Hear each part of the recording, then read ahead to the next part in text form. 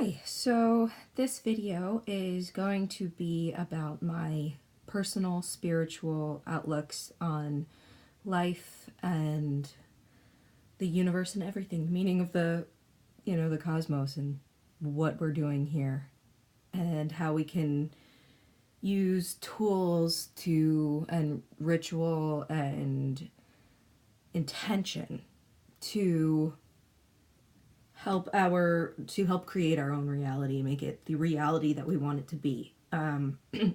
So I originally filmed a video of a how-to on a magical oil that I made at the full moon, and I realized that I think as a precursor I really need to give a sort of guideline as to just a video explaining what my spiritual beliefs are and what I think like magic could do for you, as I see it helping me every day. I've been sort of a free spirit, I guess is a free spirit, or a chaos. I guess I sort of practice chaos magic in that I do what feels right, and it's really about I don't follow a strict schedule. It's not like at the waxing moon I have to do this, at the waning moon I have to do this, while there are certain vibes that I get at those phases in the moon's cycle and the cycle of the earth, the spinning of the cosmos. It's not like I'm going to be doing the exact same ritual every single time. If you do, cool. I just don't. So yeah, going back to what my core beliefs are, I think that us as humans can really manipulate our reality and make it work for us. And I think that your actions, every action that you do, whether it's, burning a candle or making an oil, every action that you do will have a consequence in some facet. If you want to draw something to you, you have to put out those vibes and that energy in order to receive it back. I guess it's kind of like karma. I ascribe to that belief that I think that if you put out good energy and good vibes and love and light, that's really what it's all about. If you put love and light out there, then you'll receive love and light. If you put negative vibes out there and darkness and depression and sadness and make people feel shitty when you talk to them, you're gonna get that back too. So really, I think that your outlook is really important, just in everyday life, just to be happy. If you are a happy person, if you're striving for happiness and you tell yourself, I'm going to be happy today, you wake up and you tell yourself, I'm going to be happy today, today's going to be a good day, it generally 9 times out of 10 will be. So my spiritual background, my religious background, I guess, is no religion. So I was raised agnostic. My mother and my father said, hey, research every religion you want. If you find something that you're into, we'll gladly take you to services, do whatever you want. And that was a really amazing way to be brought up, because I have such an open mind and I'm open to everyone's viewpoints and I want to hear everyone's viewpoints. That's the really cool part, is that having never grown up where you have to be at church every Sunday at this time, or temple or a mosque, whatever. If you have to be at this time, you have to be here every week. I didn't have that. I had a very fluid schedule where, if we wanted to celebrate Christmas, we do celebrate Christmas. We always celebrated Christmas. It would be more of a celebration of the love that we have for one another, and we'd get gifts thinking about one another. It's more about the community and the family and the love, the bond, and also the vibes of the winter time. We used to have a tree every year, but then we started to feel bad that we were cutting down trees and not really replacing them. So we've had a fake tree, just to sort of go with that pagan tradition. In my head, I will always have a tree, whether it's fake or real. Might be a branch, and I'm cool with that. I love branches. If I ever did an altar tour, you would see that I just have sticks that that I find around and sort of keep them because I find them beautiful and I feel their energy. That's another big part of my spiritual outlook. So I'm a Reiki practitioner. I'm getting my master certification the end of April. So Reiki was a really huge eye-opener for me. Reiki is the practice of you're sort of acting as a channel. It's not like you don't necessarily have to lay your hands on someone, but the laying of hands comes from, like, Reiki is like the laying of hands. So you're directing, you're a conduit for the energy, for the universal life force, for the force, the schwa, whatever you want to call it, a chi, to come through you and direct itself out to wherever it needs to go. And I do that for family members, I do that for friends, and I'm hopefully going to be starting a practice of my own after I get the master level certification. I just feel like I need to get that master level certification in order for me to really dive 100% into it. A lot of this has been the cocoon period. I've sort of been hibernating and hopefully turning into a butterfly. We'll see. I don't know.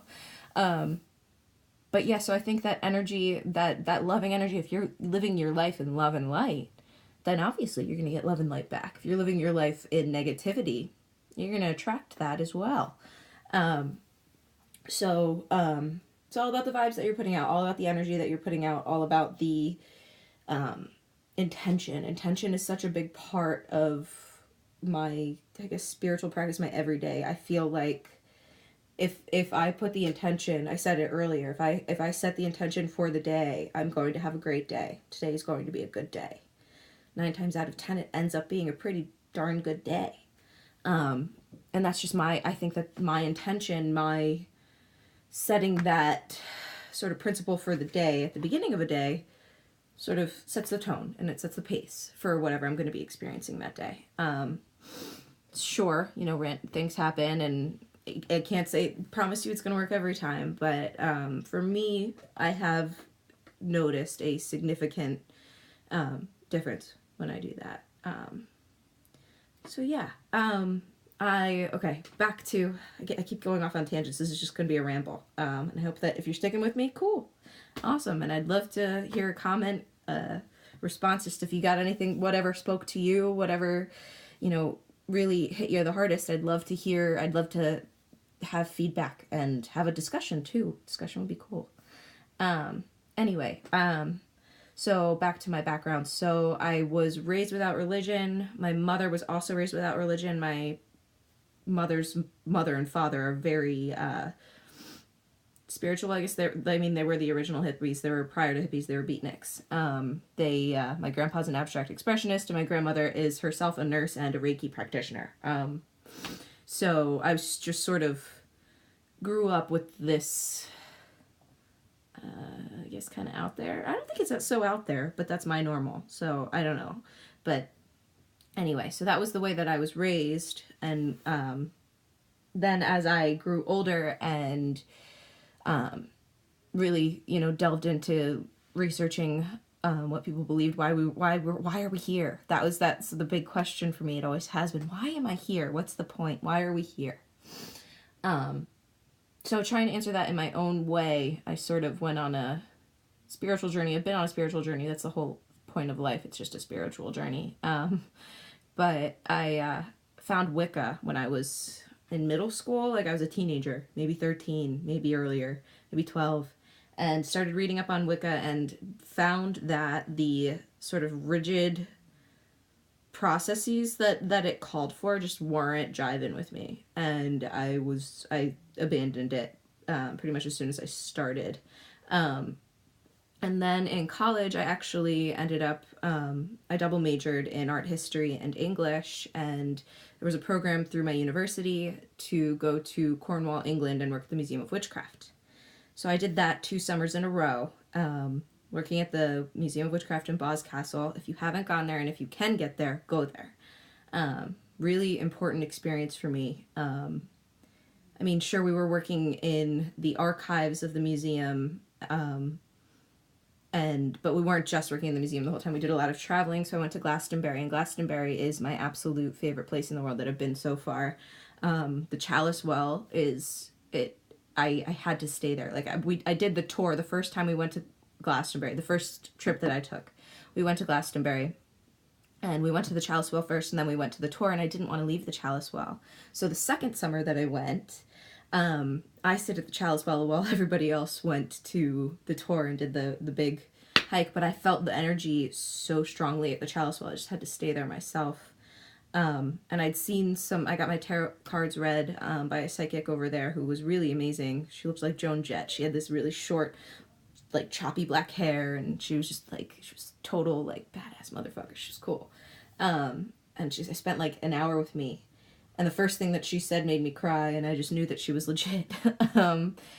But since that, I bought after I went to see her, I actually bought my pair of runes, which is they're on crystal, they're on quartz crystal. I will actually grab one while I'm here. Okay, so they look like this.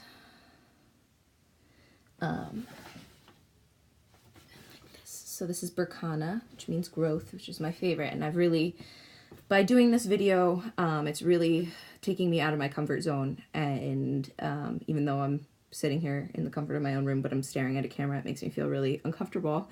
And the possibility of this going out to the world is also nerve-wracking for me, because what if everyone thinks this is stupid? But whatever, I'm gonna go with it, and hopefully we'll grow from this experience, and hopefully someone gets something from it. If one person gets something positive from it, that's awesome, and that's what I'm here to do.